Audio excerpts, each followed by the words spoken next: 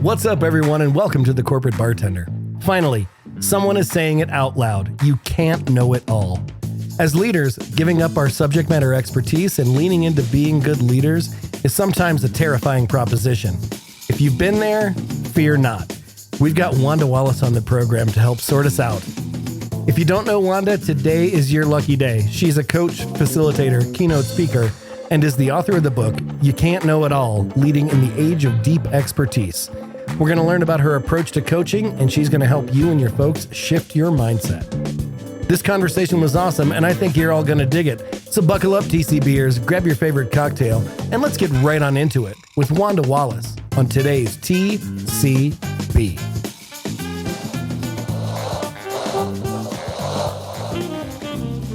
Welcome to SkyTeam's The Corporate Bartender, where we gather some of the best HR and people leaders to discuss what's happening on the people side of business. Now pull up a stool, belly up to the bar, and join us for The Corporate Bartender.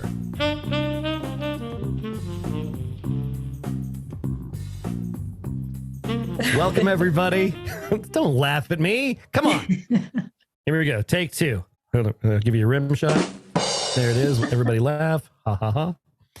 Welcome, everybody. It's Wednesday. It's your favorite day and mine. It's Corporate Bartender Day. It's the 10th of May, 2023, day 2 of severe weather alert here in the Denver suburbs.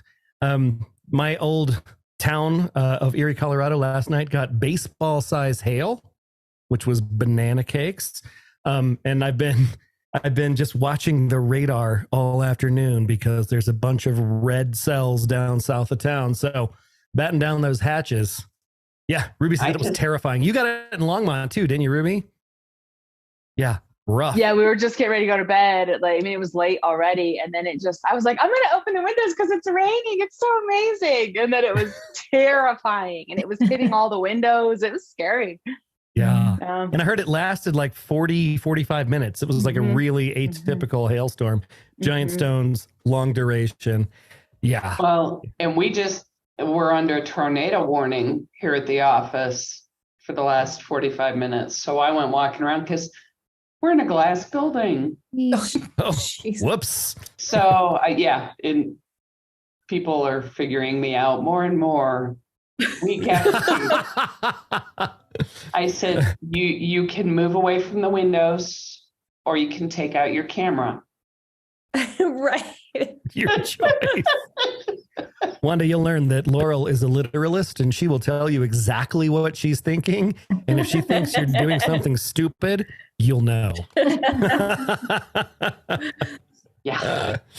I love it. Today's going to be a fun day. We've got a guest, as you can see. We've got Wanda Wallace with us. She is the author of this book right here called You Can't Know It All, because you can't. Leading in the Age of Deep Expertise. So she's going to help us get out of our comfort zones and help us put down our reliance on our subject matter expertise to make us better leaders. So I'm looking forward to that conversation. I ask every time because I'm supposed to, and because Morag's here. I'm a pain in the ass. Buy the book, this book right here, You, Me, We, why we need a You, Me, We, why we all need a friend at work, and how to show up as one. And if you already have one and you haven't, would you please write us a review on Amazon? Because apparently some magical thing happens when you cross that 100 review threshold. I stopped nagging Eric. And we're creeping closely. Yeah, Morag promised that she would stop nagging me once we got over 100. So please, I'll be your best friend. Write us a review. Help us get to 100 so that I can get my life back. Awesome. All right. We've got some upcoming guests. We've got Rhonda Osborne. She's a coach. She's got a framework called the Frustration to Freedom Framework. We're going to talk about that on May 31st. And as Wanda and I were discussing in the green room, work gets in the way of stuff. So Alan Hunkins was going to join us a couple of weeks ago, and then we rescheduled for May 24th. And now he's going to be joining us sometime in July. We have yet to pick a date. It'll be one of the Wednesdays in July.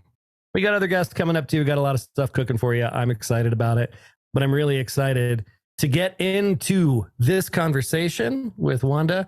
And like we always do, let's give her a good TCB welcome, shall we? We always dance in our friends here at the Bartender. So Wanda, welcome. Thanks for being with us today. It's a pleasure. Thanks for the invitation. Absolutely. Well, we always start by wanting to learn a little bit about how you got here. Here we are. You're the best-selling author of this book. You've done some really interesting things in your past, and I don't want to give up the secrets because I want to hear you tell the story. Because I imagine that when you were but a child, you didn't think, I can't wait to grow up and be a leadership development expert. Because I don't know anybody that did that. And if they told me that, I wouldn't believe them. So how did you get here to be with us today? Tell us a little bit about your journey. Right. This is a long story. So let me see if I can short circuit it to say the most important thing is from the time I was 16, I've had one question, and that is, how do people make sense of their world? So that might tell you I grew up, like a lot of us, in some chaotic neighborhoods and families and dichotomies. And how did anybody make sense of this was what I was always thinking about from age 16. So that has been a burning question. Now, I tried pursuing that question through the route of doing education. So I have a degree in teaching, decided that isn't particularly an effective way. I came back to do a PhD in psychology. Got rather disillusioned about the field of psychology and what it was doing to help, at least from an academic side, for help people make sense of the world. And by sheer accident, because a really good friend talked me into it, I discovered that the people trying to make the most sense of things are business leaders. Excellent. So I moved from PhD in psychology into the business school. So would you consider yourself a recovering academic? I always say I'm a reformed academic. That is my standard introduction. I care about the science, I care that we get some of it, but I care far more about the practical. So there we go. And it's been an interesting route. No way would I've ever said I was going to be an entrepreneur or a coach or a leadership specialist or a writer. And here we are. Yeah. In addition to the writing, you also host a radio show and a podcast. Yeah. Tell us about that. Out of the Comfort Zone. Out of the Comfort Zone is now in its 10th year. We do a show. Wow, you were podcasting before it was cool. Podcasting before. It was cool then too, but I did it sure for fun, just because it was part of a give back strategy to people around the world. And it's really cool to call strangers up like Eric and Lori and say, hey, I don't know you, but let's have a conversation for an hour about your life's work. I keep doing it because it's just great fun. We have pretty good following on it. So check us out of the Comfort Zone. And it's sort of the subject of the book, that notion of what is it that you need to do to leave your expertise comfort zone behind and move into that space where you do not know it all. It's what I call out of the comfort zone, the big one, where the imposter syndrome shows up and where confidence becomes an issue. And all of you know what that story looks like. And that's what we talk about, topics related to things you don't do well. Awesome. I love that. That's such a powerful illumination, right? That's to be expected if you're going to be a good leader. That's right. Yeah. Well, I say if you don't have the imposter syndrome, A, you've never pushed yourself to do something you haven't mastered, or B, you're obnoxiously arrogant. So, the rest of us seem to, when we push ourselves to do new things, we're going to feel like an imposter for a while until you master it. Yeah. I agree with you, Lori. We see that all the time. And we talked a little bit about this in the pre-show. We spend a lot of time in the technology sector, and folks who hunker down and get really good at doing a thing, they get really deep on a skill. As a reward for that, a lot of them get promoted into management, into jobs that maybe they didn't even want, but it was the only way to move up in the organization. It was the only way to get a promotion or get that raise or whatever.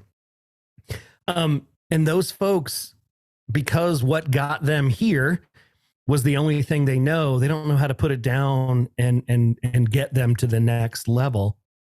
You talk about in the book the concepts of E leaders and S leaders. Can you tell us a little bit about what that concept is and how that might relate? Yeah, I'm on a mission to change the language a little bit. So I know that all of you talk about an individual contributor, and you talk about a manager of individuals, and then you talk about a manager of managers and a manager of functions. And that's a sort of standard language that most HR professionals use. And I use that too for a really long time, except none of my clients fit that model. So I had clients who were, did a lot of work in professional services and a bunch of other places, but deep, deep, deep experts.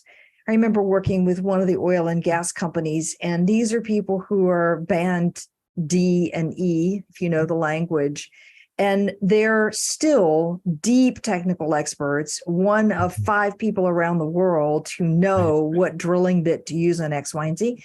They run massive budgets. They have big teams underneath them, but their calling card is their expertise. Right. And now what's next for them? Like, anybody on their team brings them a problem and they understand micro detail how to help that person work through it. Right. I can give you chapter and chapter verse about how many times I see this and how senior some of those people are. Think chief engineer in a manufacturing company in the R&D side, who will be reporting pretty senior up in the organization, sometimes as far as on the C-suite. And many companies love having that chief engineer who can answer any question the team brings to them. Okay. Mm-hmm. That's what I mean by an E leader. Your calling card, your reason for being there, your credibility, people follow you because of your content knowledge. Mm-hmm. Right? So if you're one of those people, is the expectation that you're good at all the relationship and managing stuff too? Nope. In fact, in my world, the many of those people do not fit any of our corporate models of what we would say make for great leaders. So I often say we tolerate quirky personalities. And I give you a story about this one just to exemplify it. I was talking to the CEO of one of the investment banks, and big name. And I had been coaching somebody who reported to him, and somebody else who reported to him. And, everybody was struggling with Pat. Like nobody was having a good time with Pat. And so I said to him out of the conversation, it's like, okay, off the record, give me the deal on Pat. I hear a lot. What's your take? And he said, I wouldn't have dinner with Pat if my life depended on it. Okay. I don't like Pat, and I get the trouble that Pat creates, but right now, Pat is our only expert in blank. And until that changes, we got to learn to kind of dance around Pat. Now, roll forward 3 years later, Pat's no longer in the company. Shocker. Right. But you see that all the time. We put up with quirkiness because we so overvalue the expertise. Right. We always say quirky is a generous term. Yeah, because we like to say at Sky Team, we like to say someone's misunderstood genius is another person's brilliant jerk. That's a more Barrett quote right there. Good quote. Yeah. I'll stay on the generous side, but I'd agree with you on that. They're ridiculously obnoxious some places, and I'm sure you all see it in your organizations. But the truth is that expertise is so valued. And we'll put coaches on and we'll do a whole bunch of stuff. But all of those people have learned to lead because of their expertise. They've learned to solve problems because of their expertise. And that's how they think, that's how they work. Getting them to transform, where they give up this thing that has been their credibility and learn to lead when something that they don't know about is, well, nearly an act of God. Mm-hmm. Yeah. And I see so many careers, particularly careers of women, that stall at that point. Mm-hmm. So you've gotten your expertise. You're really good at your expertise. You're seen as a super doer, super executor, solve any problem, know everything, but you're not seen as the person who can take the broader role where you don't know all the details, can't dig deeply, can't do it yourself. You've got to span domains and trust other people to give you solutions and ideas. And that is where people struggle. And that's what that's an S, right? S is for spanning leaders. S is for spanning leader. And I think women get in their own way in that regard, where they look at a role and say, well, I don't know how to do everything on that list of responsibilities, so I'm not even going to go for it. Whereas men typically have the mindset of, I can do 4 out of 8 of those things. So I read about can that totally once. I'll apply. wing it the rest of the way. And, that's one of the things I've heard so many times in kind of audiences of women and just like, stop with the limiting beliefs. All right. Right. Yeah. I say back, Lori, if you know 90% of the job, there's no growth. That's great. Yeah. So why would you ever take a job where in a year there's nothing left to learn? I mean, that's just craziness. So I always think that you should know 60% at most, because otherwise it's a stretch. Yeah. And men are better at taking that stretch. Now, not all men, let me be clear. Sure. Some men are better, and we can help everybody take that stress. That's what the book is about. You can all get out of your comfort zone and take that stretch. And here's what the process looks like. Nice. So we've got expert leaders and spanning leaders. And the book is chock full of tools and spreadsheets and checklists and things that you can do to help move through this. But it starts with the idea of 3 core questions that you can ask to get out of your comfort zone. What are those questions? Yeah, and they have to go in order, because you can't do the third one until you do the first one. Okay. So the first one, as an expert leader, I know what my value is because I have the answer. And I know when I go home at the end of the day what the company can't do without me, or at least some version of that, some close version of that. As an S leader, the fundamentally difficult question to ask is, what's my value? Like, why do you need me? Why am I not going to be on the RIF list? I'm becoming expendable, is what I hear from people. So you have to understand your value, and your value isn't the content. It's around things like the ability to tap your network to help your team get resources or information. It's the ability to raise the visibility of your team. It's the ability to connect the dots for people so that they see how the pieces are integrated. There's a host of ways of doing it. And the simplest way to say it is, you are not doing the work, but you are enabling the work. And often via your networking, getting that done. So that's the first question. Get your head around that one. Then we can move to the second question. So if you know what your value is, then you can begin to answer, what's the work I'm doing? Because I can't do any of the work my team is doing. I may love doing the deal, but that isn't my job. Somebody else has now got to do it. So what's the job? Can you say that one more time, just so it sinks in for people? All right. What's the work I'm doing? What am I doing with my day? Because I can't do the job my team is doing. That's it. I got to leave them to do it. I may love that. I may love doing the legal contract. I may love doing the audit. I may love orchestrating the deal. But the moment I go back to that expertise spot, I've undermined my team. So, and I think people miss I'm now doing. And they miss that. They think, I love doing it and I want to help. And it can come across as, you don't trust me. Why are you in my business? Right. Yes. And micromanaging, and you won't give me an opportunity, and it's your way or no way. And every other problem you've probably all heard in your life. All right. Now there's a corollary to this question, by the way, especially as an expert leader, where I'm used to controlling quality and risk. So, and now what's the work I'm doing? Oh, and by the way, how do I know my team is doing a good job? Because I can't check up on it in the same way. So I have to have a mechanism. I can't totally throw quality out the door, but I got to figure out how I'm going to know that my team is doing an okay job. So what am I doing besides checking up on them, and how do I know they're doing the right stuff? Yeah. Okay. So when you answer that question, don't you just make them come into the office 5 days a week and you stare at them? Well, yeah. We've heard that solution, but I would argue you will too, that you don't know they're doing the right work, even if you're sitting next to them the whole time, because you can't. I can play video games at the office too. I warned you, Wanda. Laurel's going to call it like she sees it always. And if I'm suddenly managing IT and I know nothing about IT, how do I know that that programming thing is actually useful? I mean, I can't know. Not possible. Yes. So you have to have mechanisms for it. Once I understand that, then I understand that my interactions with people now need to change.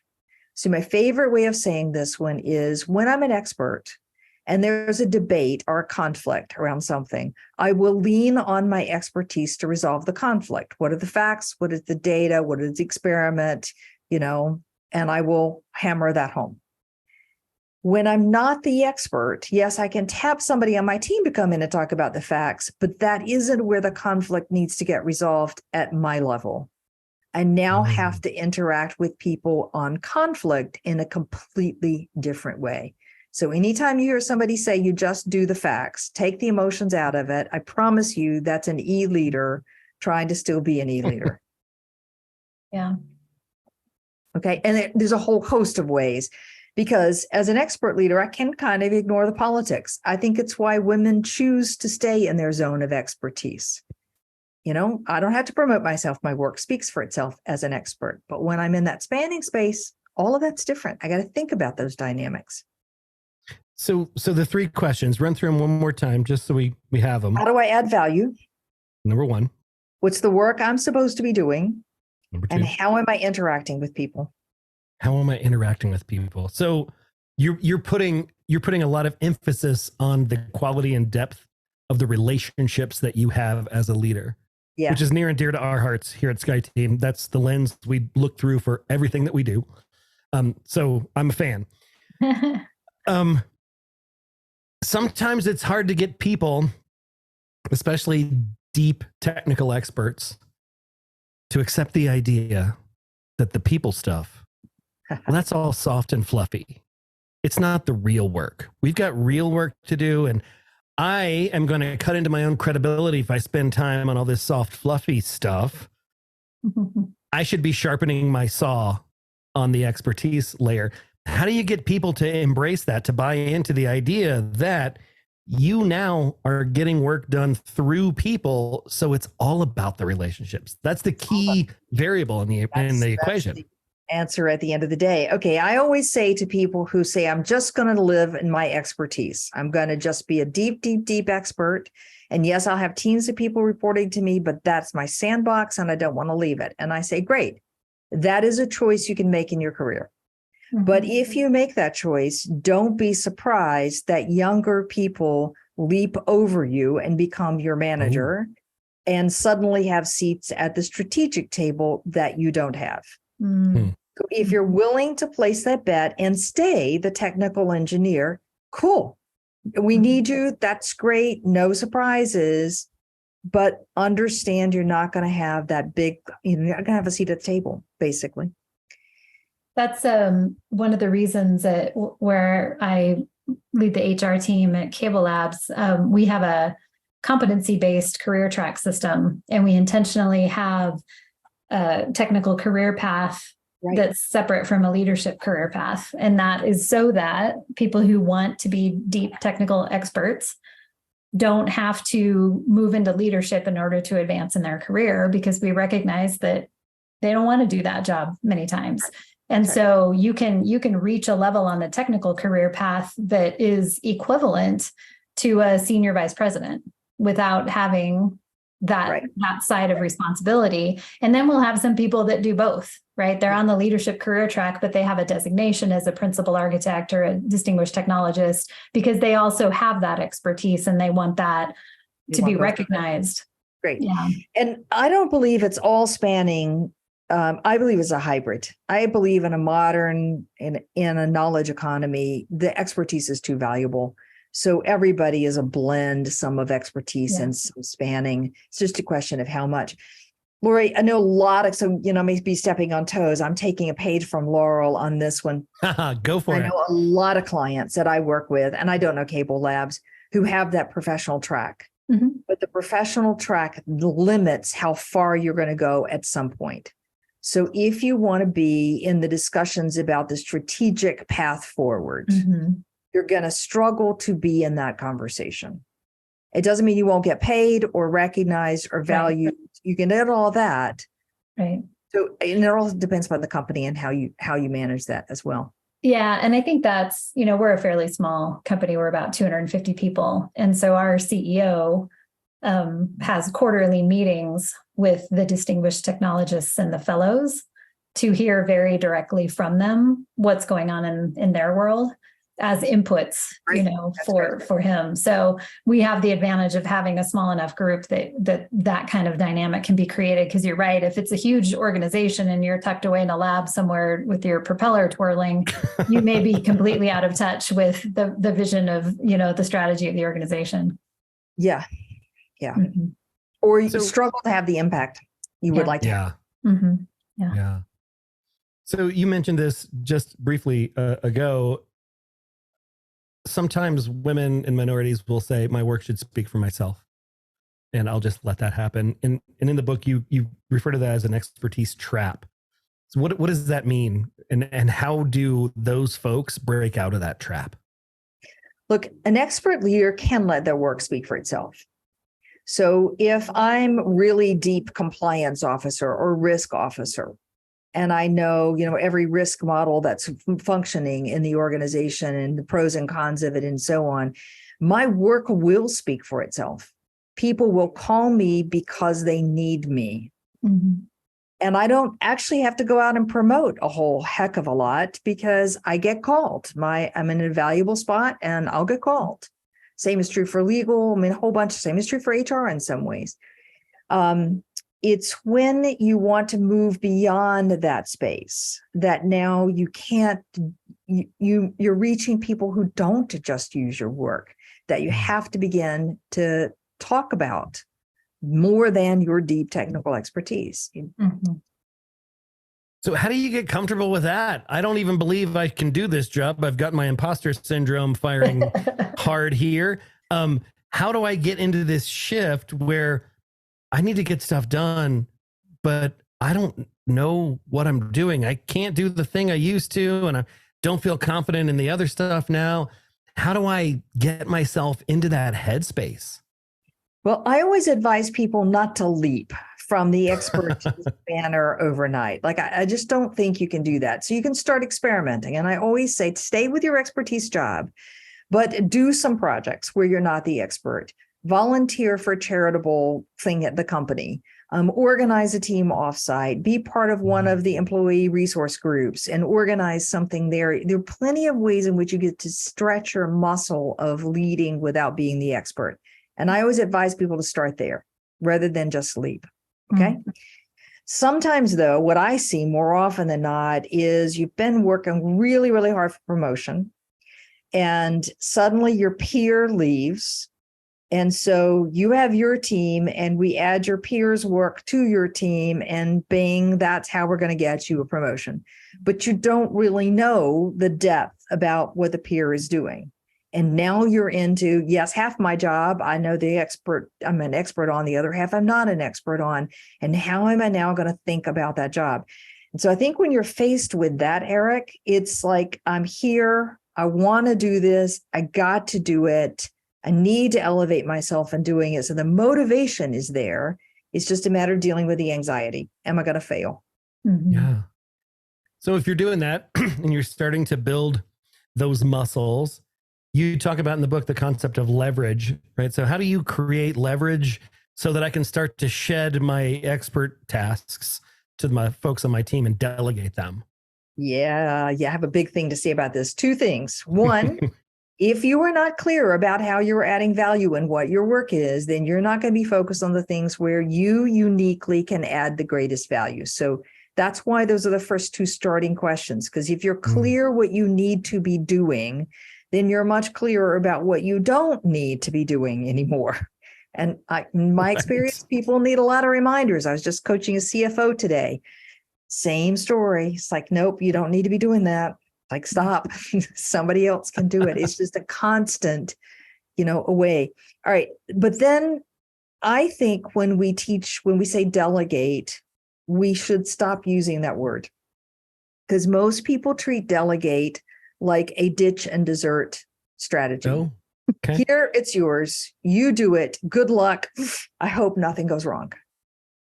And then something, of course, goes wrong. And then you either end up pulling it back and telling people what to do, often in micro detail, or doing it yourself because you can't trust anybody to do the job. And we ping pong back and forth. And that is not effective. Just doesn't work. So I believe you should think about the task you want somebody to do.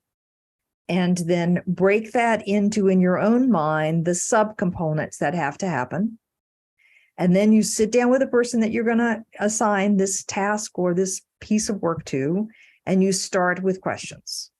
I want you to do this report, Eric. It's going to the board.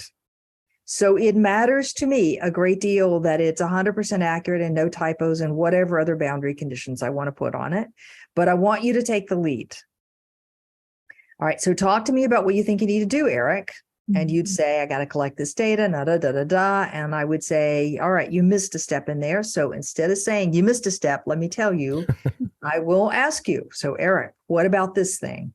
So it's the asking of questions that lets you generate an idea and me verify that's right, that's on track, that makes sense. And it gives a nice chunk of work that you, Eric, can now go off and do because you said, here's how I'm going to go do it. You're not micromanaged there. And I can say, let's touch base on Friday. And I can touch base. Can make sure we're on track. It's fascinating. Lori, she keeps saying my name, so I'm paying really close attention because I'm feeling like I did something wrong.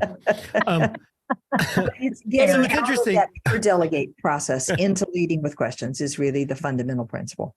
Well, and I love that because that process that you just walked through is a relationship developer, right? Of course. Because I've got to learn to trust you as the person to whom I'm pushing work that I used to do or that I think I know that I'm the subject matter expert on. I have to develop inherent level of trust to let that go. Absolutely. Right? It's just like the corollary question that you said to number 2. How do I know my team's doing a good job? Well, I have to trust them, and I have to get to that point by collecting data and validating that it's actually happening. Right. Absolutely. So how do you build that? Sorry. Sorry, go ahead. The secret of this, the thing I'm describing to you is you don't lose touch with the data. So if you got started and suddenly there were a bunch of errors in the data set you were using, and we sat down on a Friday, I could take a quick look at that and know that there are some errors in there, and I start asking you questions about it. So it's not like we're going to run into a month from now and go, oh my gosh, there's errors in the data. You don't have to lose track, but you don't also have to micromanage. I think that's the beauty of the whole framework. All right. How do you build trust, Eric? To move to your next question, Lori, did you want to say something? I just wanted to say, by doing it through inquiry that way and allowing the person to, come with their thought process, it's also a way to kind of discover what level of critical thinking skills they have, or what kind of creativity are they bringing to it that you didn't think of. Maybe they have all the bases covered on the nuts and bolts, but maybe they've got a take on it that you maybe wouldn't have even thought of. So rather than just like, right, here's the plan A through Z, do it exactly like this, it opens up the door for them to bring what's unique about them. And it helps you even just assess like, oh, okay, so this person would be great on this kind of project too, because of the way they approach these things. So I like that. And that's such a huge trust building activity, right? To ask someone, how would you approach this? Right? Yeah. Let's just talk through this. Yeah. So Eric, you asked how to build the trust. One of the fundamental shifts from expert to spanning. As an expert, I will begin to trust you because you know what I know. You have the same quality standards that I have. You have some content knowledge that's very similar to mine. And I trust you because I've seen you do that level of detail work. Okay. And I don't really trust you much beyond that. Don't really need to trust you much beyond that. As a spanning leader, I can't build trust that way. It's much more relational trust. And every spanning leader I've ever spoken to says you begin by granting some degree of trust. Mm-hmm. There is no option other than giving it, because if you don't give it, you are not going to get it back. And you have no choice. You can't do it yourself. So you've got to grant some trust. And that becomes why it's so important. If you can't get trust with your team quickly, like in the first 6 months, you got to start making changes. Yeah. Okay. Yeah. It's funny, the whole idea of granting trust. I've worked with some leaders who say, you got to earn my trust. And I'm like, Okay, but is that true in every facet of your life? And then I asked them the question, have you ever flown on a commercial airplane? Yes, of course, duh. So you interviewed the pilot then and checked out his certifications and current flight ratings? No. So you trusted that the airline was going to do their job and get you to the place that you're trying to get to, or at least reasonably close to the time you want to get there? Well, yeah, but that's not really trust. Okay. Isn't it though? So you do grant trust, and even those most staunch of trust deniers, right? They do grant trust, and it's getting them comfortable with the idea that you got to go first sometimes. You got to go first. Yeah. Well, I always say to people, I like your airline analogy. I'm going to steal that one from you, Eric. I always say to free. people, you want your team to trust you. Yeah. Yes. Right. Mm-hmm. Why would they trust you if you don't trust them? Right. Oh, snap. Boom. I mean, come on though, right? If I just, you just slammed me back into one of my old first individual contributor jobs where I didn't feel like they trusted me. So I didn't trust anything about the organization. Yeah. You know, I was 22 years old and I didn't know anything, but I knew I wasn't going to turn my back on you because I was afraid you're going to stick a knife in it or something. Right. So yeah, that's a big one. Well, go back to your leader. Engagement survey questions. I always smile about this one when the question is, I trust management in the organization. Like, Yeah. Check. And I'm pretty sure you got my IP address. So if I answer this wrong, you're going to come after me. Exactly. Oh my God. Look, all the HR people are laughing because they have dealt with that. I know you know. Because that's what we have time to do is track down your IP address so that I can criticize the way you answered the survey. Yeah. Sounds about right. Management doesn't trust me. So why would I trust them? Is the reverse direction. I want to take that one too. Yes, absolutely. Okay. I think I interrupted you there, Eric. No. This is all good stuff, you know, because I love the relational elements of all this.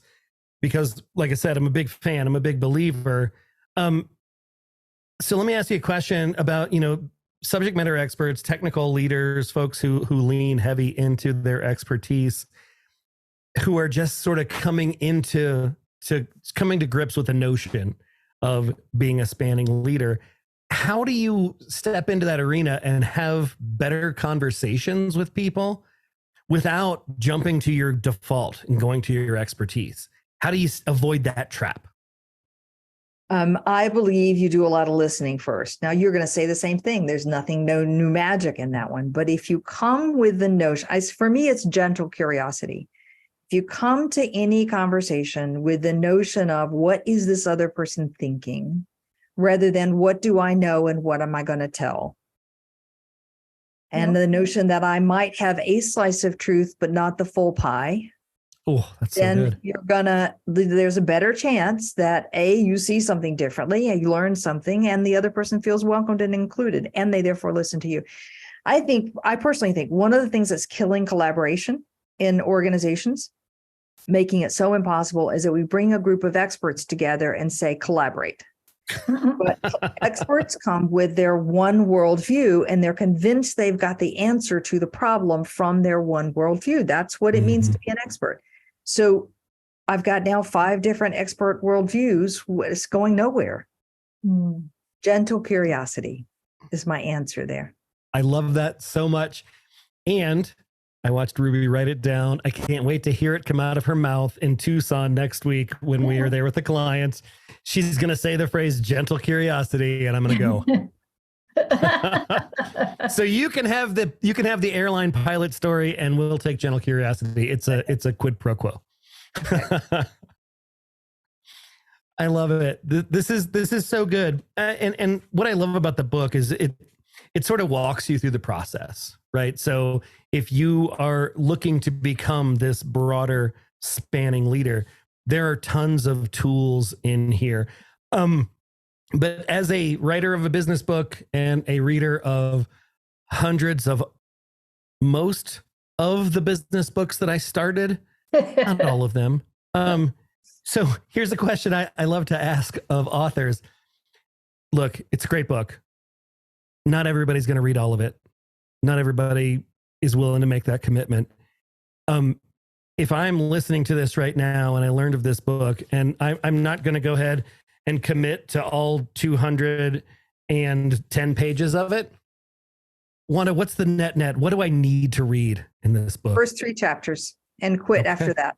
Real simple. You got the concept in the first 3 chapters. Pick and choose from there, because there's a ton of exercises and it's all framed around the transitions you make from one to the other. So there's like 20 different transitions in there. You can't digest them. It's ridiculous. You wouldn't digest all of those. Read the first chapters. Something that appeals to you, go read that section. I love it. I have a question. What have you seen organizations do around, whether it's formal or informal, mentorship programs or job rotation kinds of programs to help, kind of infuse this into the way an organization develops, right? In terms of progression and professional development, we talk about it in, you have I-shaped individuals who are very deep in one place. And depending on where they're headed, you want T-shaped individuals. They still have their core, but they need to be competent to some degree across a greater span. So have you seen companies put programs in place to help with that? Yeah.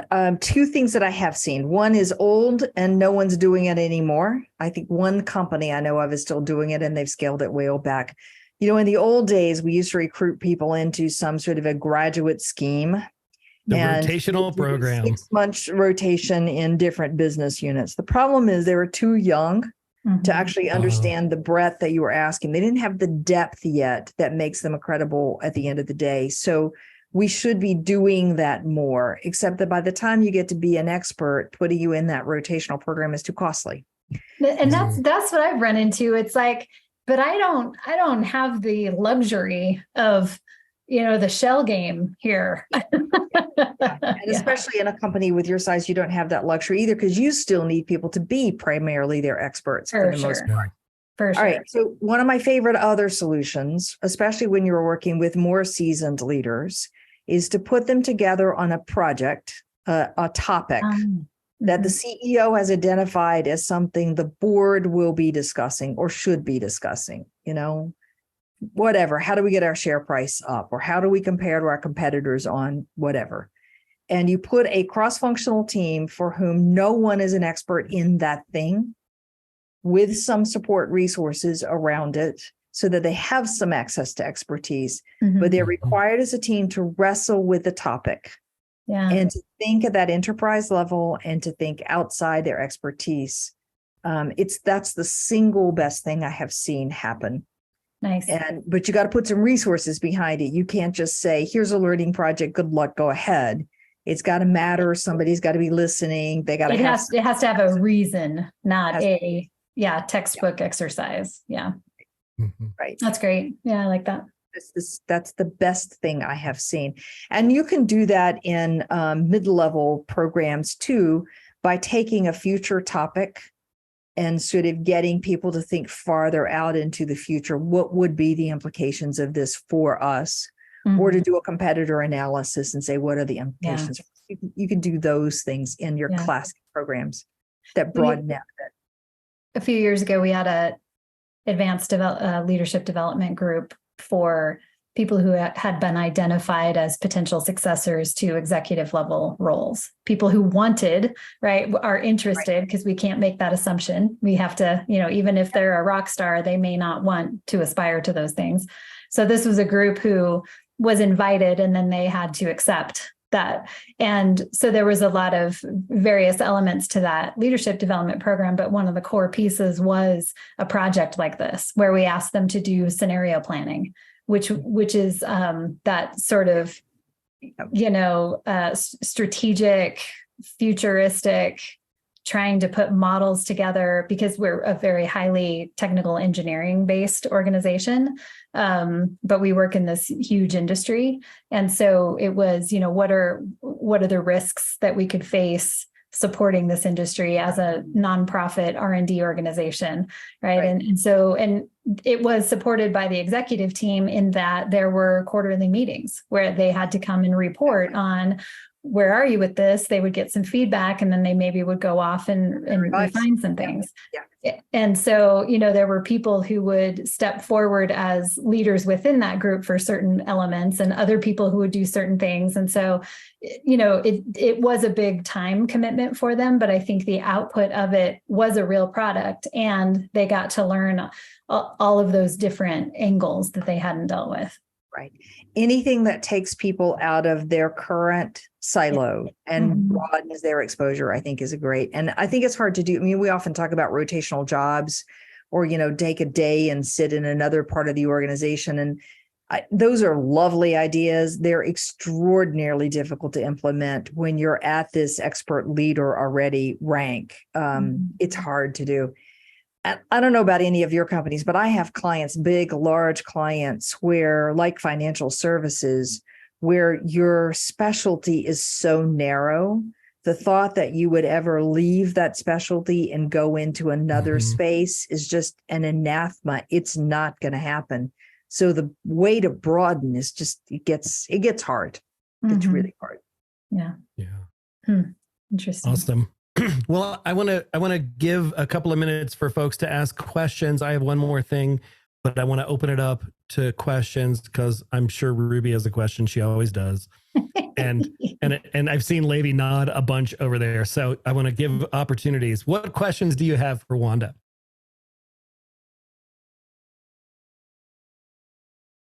Ruby, go. I was waiting for Jenny to go. I just, I don't know that I have a specific question, but I'm thinking about, we coach highly technical leaders often. And there's one that I'm thinking about now who's losing some resources, already in the weeds, losing some resources, and trying to get to a different place. I don't know that she's willing to let go of, he or she is willing to let go of those, what she does every day. So I'm trying to think of from a coaching perspective, a pure coach perspective, what are those baby steps or what's your sort of line of thinking of what their arc might be in that coaching engagement? Right. Does that make sense? It does make a lot of sense. I would encourage you to start with some areas of expertise she needs to hang on to. Yeah. Because she's not going to be valuable without those today. Yeah. That is the calling card, and that is her future insurance policy. Yeah. Okay? And then where can she step outside of that expertise? Either because she can delegate, she can push it down to the team, or because there's an adjacent area she needs to now get involved in. And learning to move in that direction is where I would start, or where the job has gotten to be too big for her and she needs to elevate her presence in that part of the job without leaving her expertise behind. So think about it as, how does she move to 20% spanning and stay 80% expertise? Yeah. And where are those targeted areas? Yeah. Cool. Thank you. That's my advice. That's where I would begin. Yeah. It seems like that would provide a nice safety net too, right? Because it's that competency button too. Like, well, I don't want to give up all the stuff I'm good at and then flail around, right? So here's a little nugget of comfort. Like, okay, it's the like it's the person that has all the answers. Yeah. Think about the parts of the job that she doesn't. I often say to people, you can do it, but you're too expensive to do it. Yes. Yes. So how do you elevate her out of those, or the ones that she's less excited about? Yeah. Yeah. Love it. Cool. Awesome. Thanks, I was Ruby. nodding because I just loved some of the curiosity. I mean, I think asking questions can get you so much further. My grandma always used to tell me I asked too many questions, and I'm like, it's really coming in handy these days. But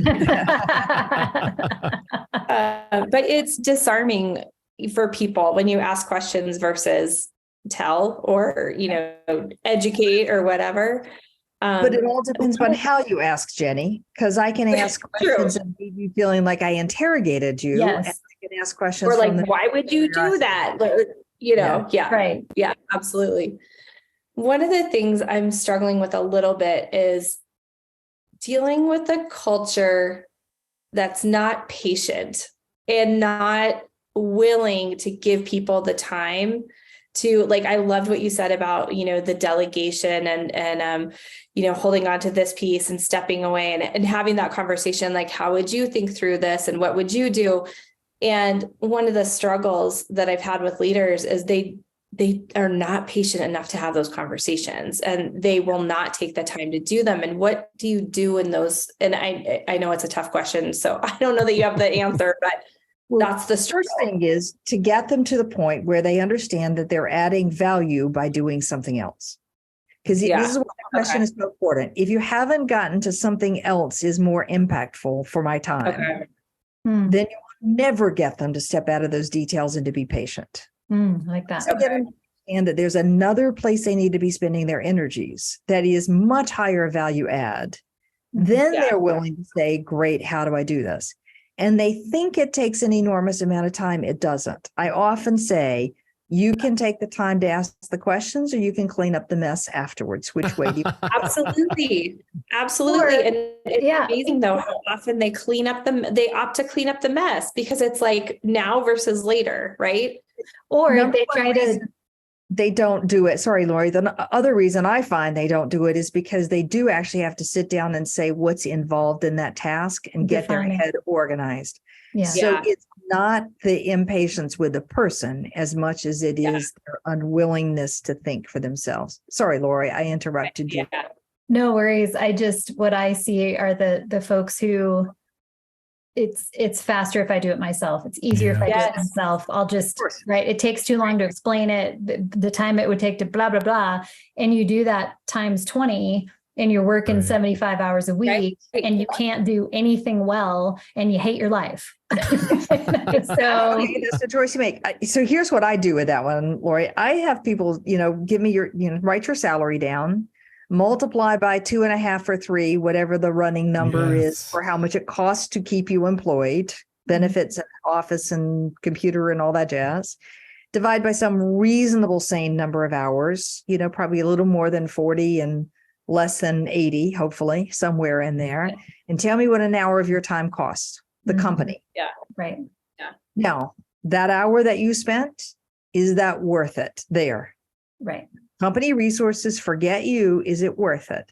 Yeah. And yes, your team member may take 3 times longer to do it, but they are less than a third the cost. It's just math.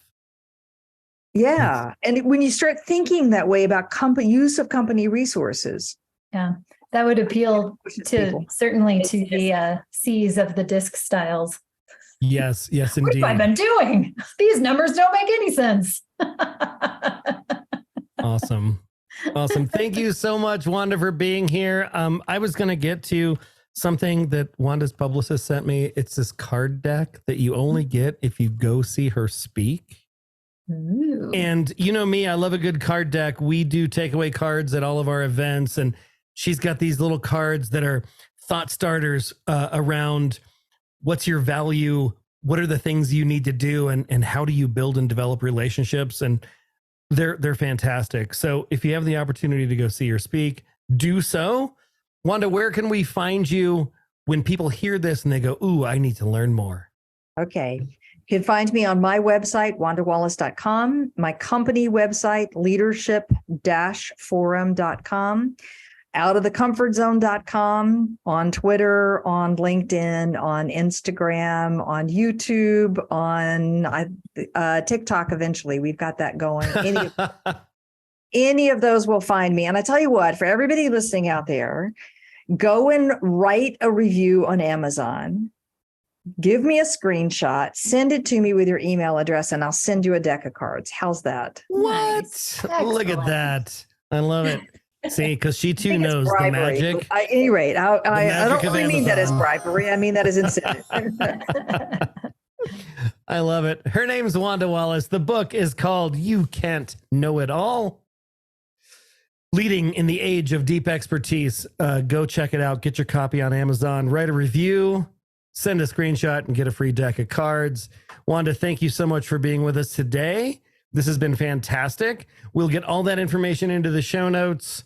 so that everybody can find you. We are going to do our end of show funny stuff, good feels, and cocktail. You are welcome to stay, but if you have commitments, you are welcome to go as well. I will leave you to enjoy. Not that I wouldn't have fun with you, but I'll leave you to socialize with each other. Thanks very much, everybody. Awesome. Thanks, Thank you. Take care. Bye-bye. All right. That was super fun. Funny things today. These are the things that made Eric laugh. I actually feel bad for kids who grow up having access to unlimited knowledge. It used to be so easy to lie. When I was a kid, someone told me they went to the same synagogue as Sonic the Hedgehog, and honestly, I didn't have enough information to dispute that.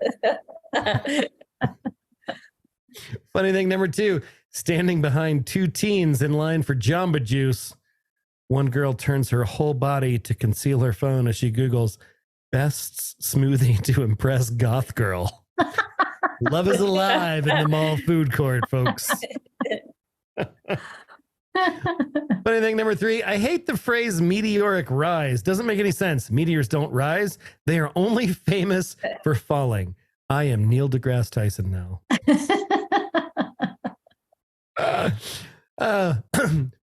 Fishing.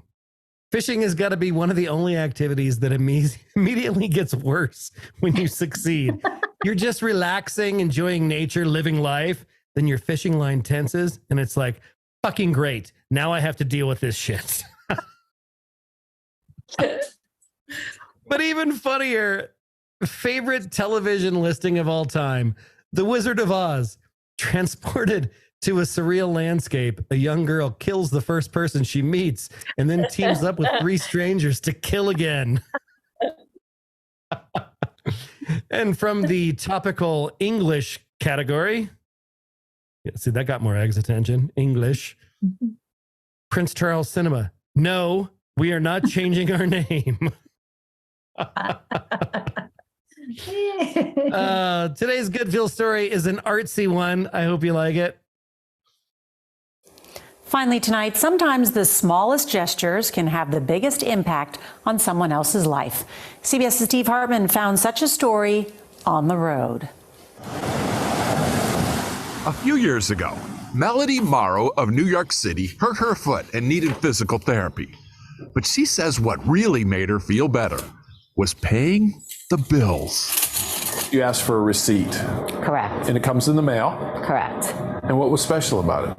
On the envelope, on the front of the envelope, it had these little music notes. Her name is Melody, but this is a big health system. Personal touches on billing statements aren't typically their thing. And then it began. Every month thereafter, her payment receipt arrived in the mail, and every month, a new drawing. They started out simple, like this treble clef. But as the months progressed, the envelopes got more and more elaborate. And this was original art, created anonymously just for her. Oh my goodness. It's hard to even describe. It was incredible. Melody did call her provider, MJHS Health System, and asked if by chance there was anyone in the billing department who was artistic. She says the phone got quiet, and then she heard, "Hey, Emily, it's for you." I'm like, uh-oh, what I do now? What were you hoping was going to come from this? I like to make people happy.